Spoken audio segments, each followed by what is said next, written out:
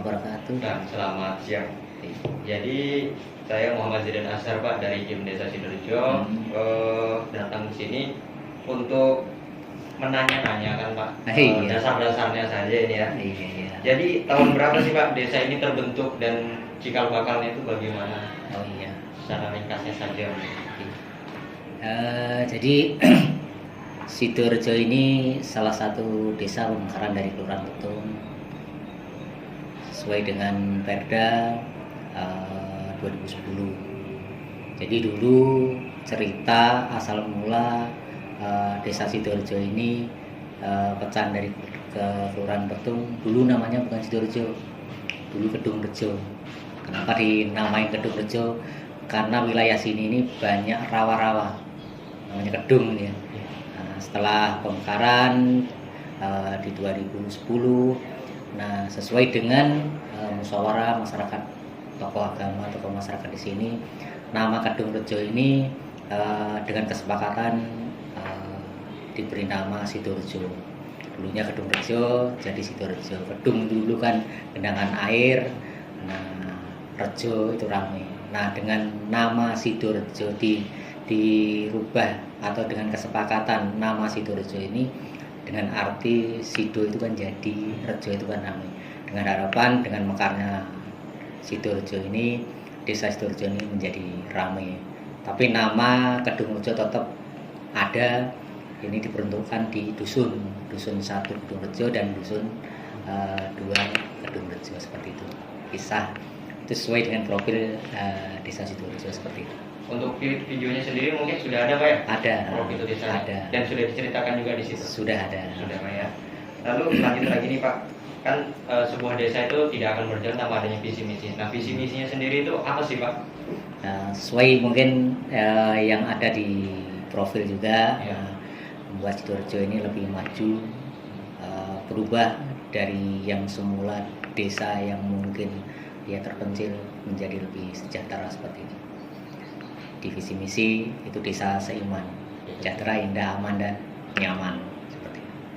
Visi misinya itu bersifat baku atau setiap pergantian dari jabatan kepala desanya itu akan berganti juga atau bagaimana Pak? Setiap kepala desa, kepala daerah itu kan pasti punya visi dan misi.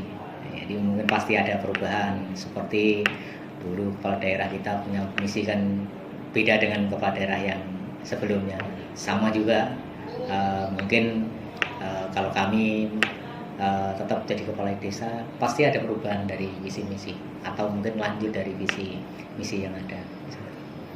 Kan berkaitan dengan visi misi nih Pak, kan untuk cara kerjanya desa sendiri ini capaian-capaian yang berdasarkan visi dan misinya sendiri itu Pak.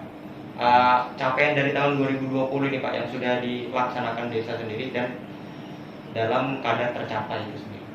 Ya alhamdulillah kita bisa merubah kondisi situasi desa Sidoarjo yang dulunya sepi. Contoh jalan poros kita dari ujung sampai ujung ya alhamdulillah, dulunya gelap gulita. Sekarang dengan dimekarkan desa kita sudah bisa pasang lampu jalan. Itu pun juga anggaran dari anggaran desa ADD yang kita dapatkan seperti itu.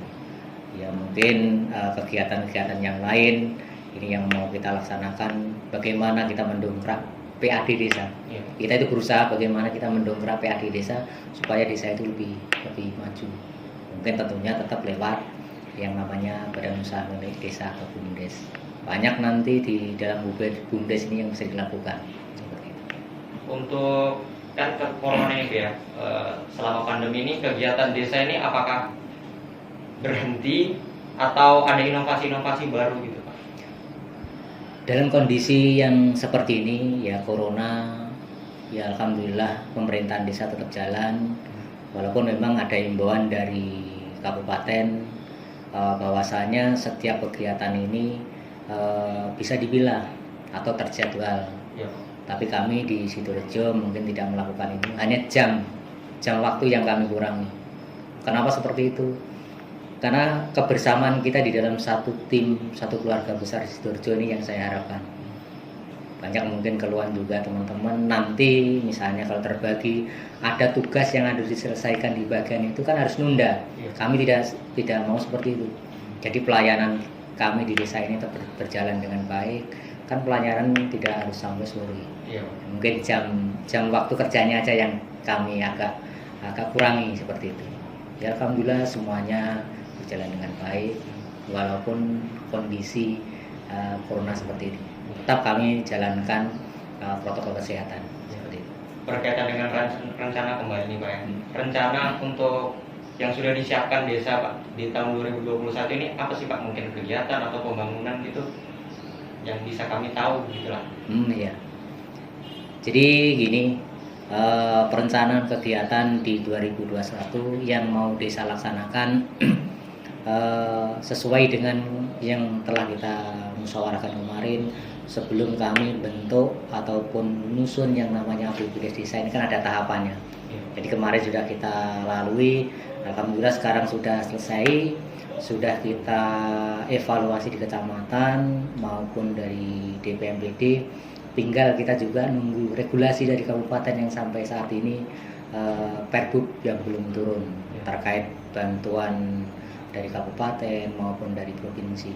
Kan ada regulasinya seperti bantuan dari program kabupaten ini tahun ini alhamdulillah dari Kabupaten Penajam Pasir Utara meningkatkan kembali yang kemarin memberikan bantuan ke desa 200 di 2021 ini 1.500. Itu pun ada regulasinya, keperuntukannya apa. Inilah yang sampai saat ini sedang digodok di kabupaten.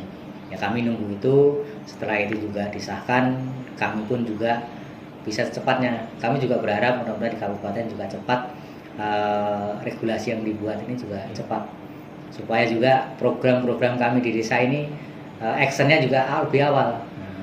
Mungkin program-program kemarin yang untuk kegiatan kepemudaan, kegiatan yang lain seperti bantuan ke masyarakat ini bisa cepat kami laksanakan seperti itu. Untuk prioritas kegiatannya sendiri atau program kerja dari desa di tahun 2021 ini prioritasnya ke lebih apa? Kalau dana desa memang ada beberapa kegiatan fisik masih tetap ada, diantaranya juga ada yang wajib kita lakukan seperti yang kami laksanakan kegiatan di Rakor, bahwasanya untuk bantuan ataupun BLT langsung tunai itu ke masyarakat tetap kita laksanakan. Ya alhamdulillah mungkin satu-satunya desa di BPU mungkin yang akan awal menyalurkan BLT di 2021 ini Sidoarjo. Yang paling awal ini. Iya. Lalu berkaitan dengan COVID lagi nih Pak ya, kembali lagi. Bagaimana sih Pak penanggulangannya dari Pemd Sidoarjo sendiri untuk pandemi COVID seperti ini? Apakah ada langkah-langkah pencegahannya atau bagaimana yang sudah dilakukan?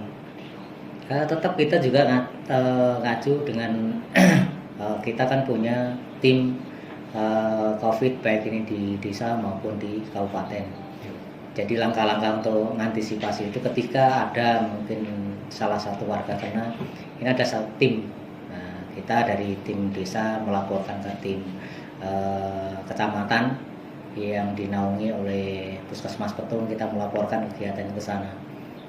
Jadi ada kesinkronisasi kegiatan penanganannya. Kita dari desa ya sudah melakukan yang memberikan ya sedikit partisipasi kepada warga kita yang mungkin kena pandemi kemarin, mungkin kena COVID. Ya kami berbuat ya semampu kami dari desa memberikan bantuan ke mereka. Selain itu juga mungkin dari kabupaten juga dari BPBD kemarin juga menyalurkan bantuannya, mungkin kami dampingi untuk memberikan sumbangsi kepada mereka yang terdampak seperti itu. Iya Pak. Berarti secara tidak langsung itu ada anggarannya tersendiri yang dikelola untuk mungkin penanggulangannya ini Pak ya? Untuk terdampak, alhamdulillah ini banyak partisipasi dari warga masyarakat ketika memberikan bantuan kepada mereka. Terus penanganan khusus mereka dari tim kabupaten lewat BPBD ini yang mungkin fokus menangani.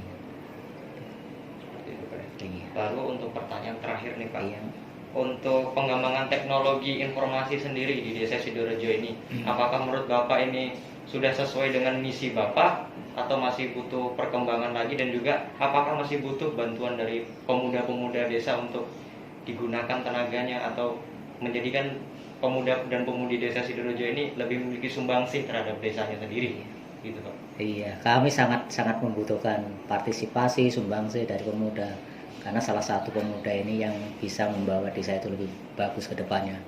Salah satu juga transparansi kami, kegiatan kami di desa ini sangat terbuka sekali. Kami ketika setelah pengesahan APBDes, kami pampangkan ya berapa nilai ADD desa, APBDes desa ini tetap kita pampangkan di baliho besar. Realisasi kegiatan itu tetap kita pampangkan di depan kantor desa ini ada, supaya warga masyarakat itu tahu. Dan kami kepingin ke depan media-media, jadi informasi ini kan kita buat grup seperti satu desa itu punya, apalagi sekarang sudah teknologi yang modern kan. Jadi kita ngelihat kegiatan desa ini, mungkin kalau malas ke desa kita kan punya seperti sekarang kan ada grup ya, mulai dari bawah grup RT ya, nanti lewat kim desa inilah yang bisa memaparkan kegiatan desa. Transparansi desa ini yang kami harapkan. Jadi warga masyarakat desa khususnya Sidorejo ini tidak bingung. Mereka kadang-kadang bertanya, berapa sih ADD desa, untuk apa. Nah lewat mungkin kim yang mungkin nanti bisa. Dan kami perlu juga saran masukan ya seperti apa ke depan, supaya juga kegiatan transparansi itu bisa lebih bisa dilihat oleh warga masyarakat kita khususnya. Kami juga belajar dari luar desa di luar Kalimantan. Saat kami pengen ada semacam desa digital ya, ya seperti itu yang harapan kami ke depan.